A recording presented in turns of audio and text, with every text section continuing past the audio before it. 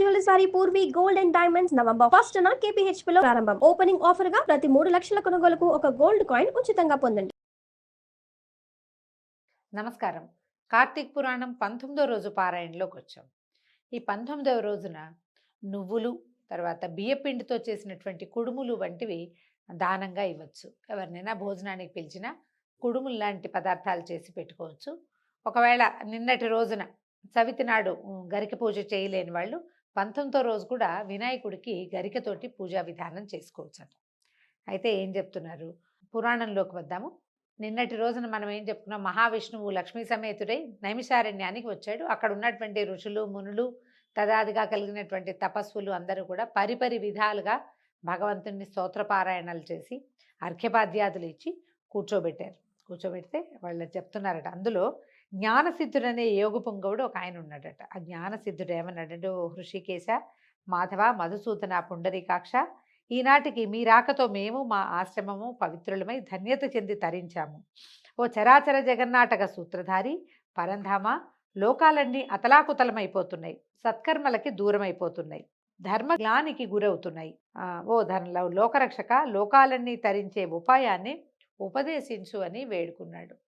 అంటే భూమి ఇలాంటి ఇబ్బంది సంబంధుల్లో పడినప్పుడు ప్రతిసారి కూడా భూలోకం నుంచి మునులు, ఋషులు, కొంతమంది దేవతలు కలిసి భగవంతుణ్ణి ప్రార్థించడం, ఆయన ఈ భూభారం తగ్గించడానికి ఆయన ఏదో ఒక ఉపాయం చేయటం మనం ఎన్నో కథలలో వింటూ వచ్చాం. దశావతార గాథలన్నీ కూడా అలాంటివి.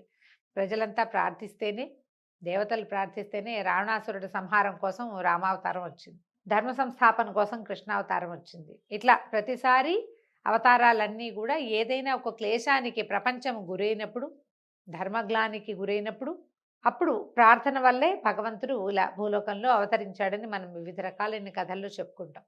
అయితే ఇప్పుడు వీళ్ళు ఇలా ప్రార్థించారు. ఇప్పుడు ఈ పరిస్థితి ఏంటంటే, ఇది చాలా చెడ్డ పరిస్థితి, భరించలేనిది కాదు. కానీ చేయవలసిన విధులు చేయకపోవటం వల్ల మనుషులు మళ్ళీ జనన మరణ చక్రంలో పడి కొట్టుకుపోతూ ఉంటారు. ధర్మం దెబ్బతింటూ ఉంటుంది. 3 పాదాల నడుస్తుంది మొన్నటిదాకా అన్నారు. ఇప్పుడు ఒక పాదం మీద కూడా ఆ ఒకటి నడిచే వ్యవహారం కూడా కనిపించట్లేదు. 4 పాదాలు నడవాల్సింది. మొదట ఒకటి పోయి, రెండోది పోయి, మూడోది పోయి, 4వ పాదంలో ఇంకా అసలు ఏమీ లేదు ఈ పరిస్థితి.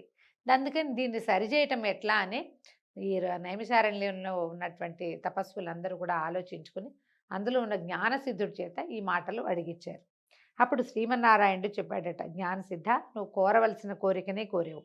లోకాన్ని ఉద్ధరించాలనే ధ్యేయంతో నేను లక్ష్మితో కలిసి భూలోకానికి వచ్చాను. లోకశ్రేయస్సే ధ్యేయంగా పెట్టుకున్నందుకు నేను నీకు 2 వరాలు ఇస్తాను, కోరుకోమన్నాడట శ్రీహరి.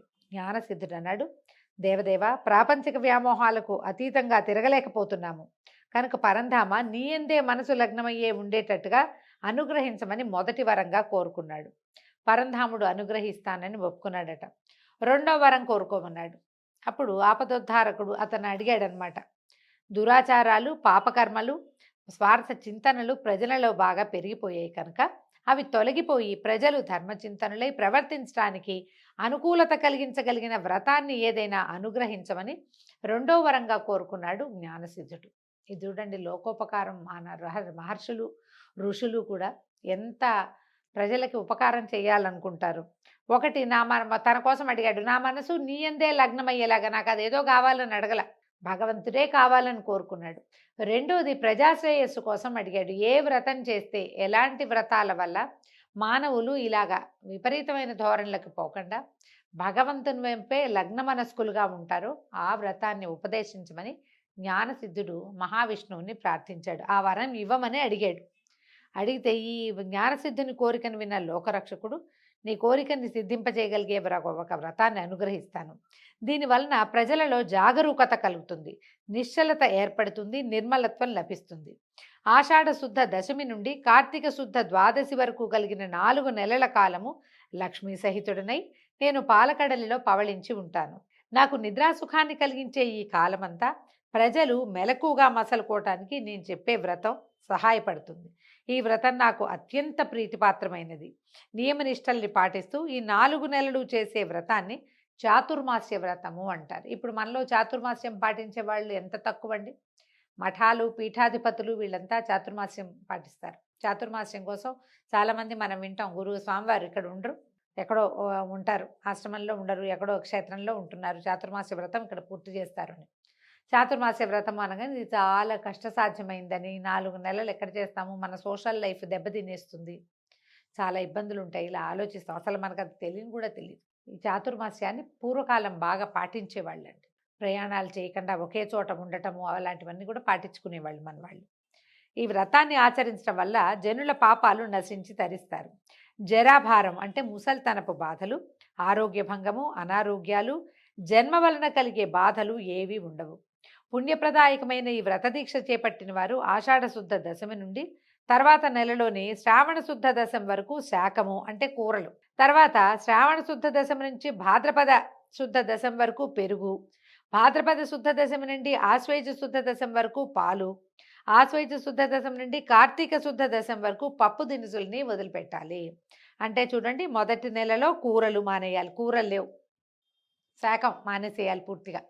ఆ పప్పు వాటితోటే తినాలి, చారు అలాంటివి తినచ్చు, కూరగాయలు తినరు అన్నమాట. తర్వాత శ్రావణ మాసం తర్వాత నెలలో పెరుగు పూర్తిగా మానేస్తారు. తర్వాత పాలు మానేయాలి, అంటే కాఫీ టీ కూడా లేదండి, అలాంటివి కూడా లేవు. పాలకు సంబంధించిన ఏ పదార్థాలని తీసుకోకూడదు. ఆ లెక్కలో మనం నెయ్యి కూడా మానేయాలి బహుశా.